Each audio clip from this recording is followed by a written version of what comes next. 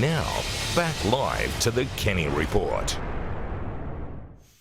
So in Melbourne, people don't have to wear masks everywhere anymore, but they are saddled with a lot of debt, as are other people around this country. Let's cross back down to Canberra now, but with a focus on Melbourne. We're joined by federal Liberal MP for the seat of Higgins, Katie Allen. Thanks for joining us again, Katie. We've talked before about Daniel Andrews and the heavy debt that he's burdened Victoria with. Of course, this is happening in other states. New South Wales and Victoria today losing their AAA credit ratings. Should we be worried?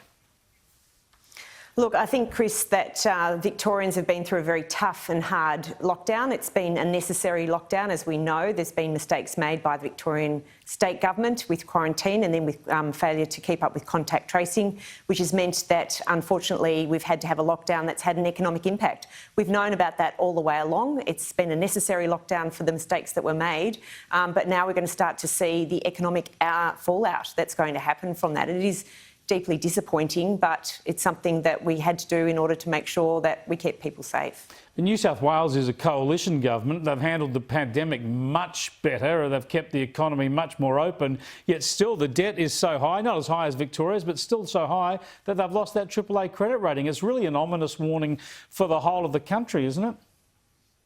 Well, I think, to be fair, that different economies run in different ways. So the issue in Victoria is that we do have a very big service delivery aspect to our economy. So cafes and restaurants and retail are a very important part of our economy, as are international students and travel and tourism. And those things have been very deeply affected by major lockdowns in Victoria that have been for very extended periods of time. So we feel in Victoria that we were several months really behind the rest of the country with regards to coming out of lockdown. So we're probably going to see those things translate to the economic impact, and Victoria will have a deeper issue as a result. So it is disappointing that we've got to this point, but we also need to be sure that we're moving out the other side, because really what businesses want is they want certainty. If they have certainty, then they can then deliver, and then consumer confidence rises, and then that helps to get the economy off its knees. And so it's very good that we're hearing that the different state governments are stepping up with their commitment to make sure that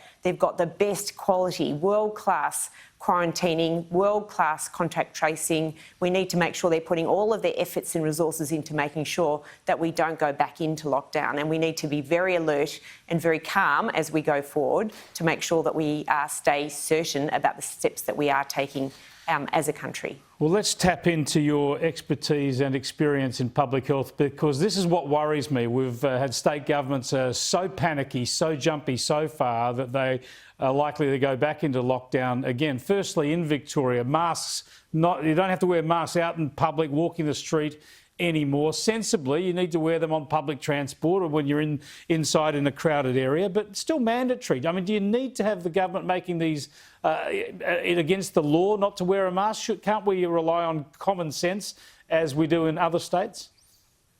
Well, it's interesting, as we went into lockdown, or as we went into restrictions of our personal freedoms, it's amazing how quickly they all happened. They happened sort of one after each another very, very quickly. And as we step out of it, it seems to be a slower step out. Now, it doesn't really make sense of why you do one way and one the other, but other than to say that the public have expectations. And so if we do these things one step at a time, then if we can see how that's affecting any potential outbreak that may occur. So it's very hard. You don't want to be whipping things on and whipping them back on again. So I think that the steps that we're taking are careful steps, and we know that people are happy to put masks in their pockets because we've been doing it literally for months in Victoria. So we have this expectation of carrying them when we walk outside, so why not just put them in your pocket?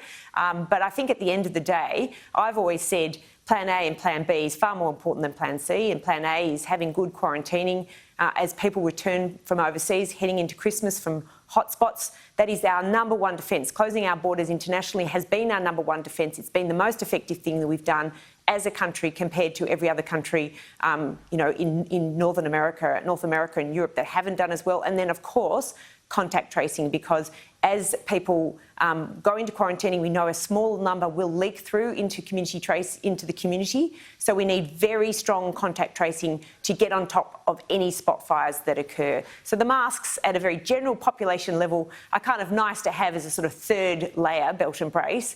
But at this point in time, I think we're seeing the confidence in the Victorian government that is actually getting back on top of this COVID outbreak, which is great for business, great for certainty, great for consumer confidence. We heard from Anastasia Palaszczuk saying she wouldn't shut off New South Wales again unless the whole state was in lockdown. Now, we need the other state premiers to be a bit sensible now, don't we? They've all been too jumpy going in, but do we have confidence that Daniel Andrews, that Mark McGowan, that Stephen Marshall in South Australia won't be looking to jump in and lock down their states or throw up hard borders again when they get an outbreak of 10 or 20 people? I mean, this is what we've been through in the last couple of months. It's terribly damaging. Yes, I think at the end of the day, sometimes people look to each other to see what happens and perhaps learn lessons from the way to react or not to react. I think that sort of calm, confident approach is really important, knowing what you can and can't do. And I think the Prime Minister has been very clear in his leadership on this. He said from the very start of this pandemic, we need to be very calm, we need to be certain, we need to provide confidence. We're not in this for 2 weeks, this is going to be many months, and we want to provide certainty to businesses so that they can plan for their future and not to overreact, but making sure the overreaction, if it is a reaction, it's not an overreaction, but it's a targeted response, not a blanket response, a targeted response to get on top of the hotspot outbreaks if and when they do occur. Spot on. Thanks for joining us again, Katie. Thank you so much, Chris.